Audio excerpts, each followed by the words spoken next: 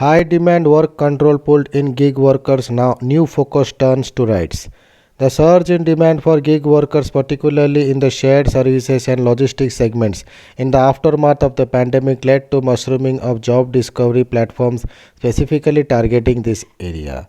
The pandemic led boom in demand for gig workers had two significant implications on the contractual labor ecosystem. First, it has created new business models to cater to the growing requirement for on demand staffing, and consequently, it has once again put the spotlight on labor codes that recognize gig workers and provide for universal minimum wage, which are yet to be enforced. The surge in demand for gig workers, particularly in the shared services and logistics segments in the aftermath of the pandemic, led to mushrooming of job discovery platforms specifically targeting this area. Bengaluru based startup Gigforce launched last year as a B2B company offering on demand staffing services to companies in the logistics segment. The startup provides these services to companies including Delivery, Grofers, Grab, Flipkart, Ecom, Express Park, and Shadowfax.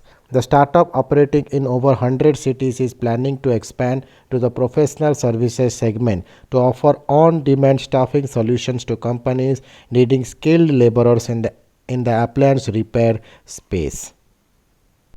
In August 2020, Google announced that India launch of its Kormo Jobs app to connect job seekers with opportunities in industries like on-demand business, retail, and hospitality. The platform was initially piloted in Bangladesh, then expanded to Indonesia, where job seekers reported that finding entry-level and part-time jobs is confusing and difficult, especially when you don't have much in the way of work experience, professional contacts, or resources.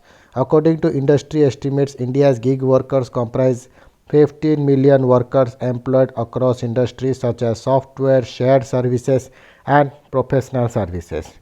This number is expected to grow to around 24 million in the near medium term and to 90 million in the long term, as per a report earlier this year by the Boston Consulting Group. Speaking to Indian Express, Gigforce co-founder and CEO Chirag Mittal said, "We saw a lot of people coming to gig because they lost their jobs or business because of COVID-19. In our research, we found there are many people who weren't just having jobs but also those who were running small business. Somebody had a shop, etc. These business got disrupted because of COVID-19, and these people were looking for an income source to sustain. A lot of people turned to gig work as a result. They saw it as a short-term approach that they will work in this for a year or two, and when normalcy returns, they can go and start some business," he said, adding that one of the primary reasons even those with full-time employment were looking at gig work for income was the control they had over their jobs. However, as the number of gig workers has grown over the years, especially with consumer internet companies like Zomato, Swiggy, Uber, Ola, Urban Company, etc., the workers have increasingly complained of fall in their incomes. Last month, around 10,000 food delivery workers in Hyderabad threatened to strike, while in Gurgaon, beauticians and saloon workers affiliated with Organ Company have been protesting outside the company's office against proposed policy changes in the app, claiming it would impact their earnings. This has brought spotlight to the yet to be enforced labor codes cleared by Parliament in 2019 and 2020. The Code on Wages 2019 provides for universal minimum wage and floor wage across organized and unorganized sectors, including gig workers. The Code on Social Security 2020 recognizes gig workers as a new occupational category. It defines gig workers as a person who performs work or participates in work arrangement and earns from such activities outside of the traditional employer-employee relationship.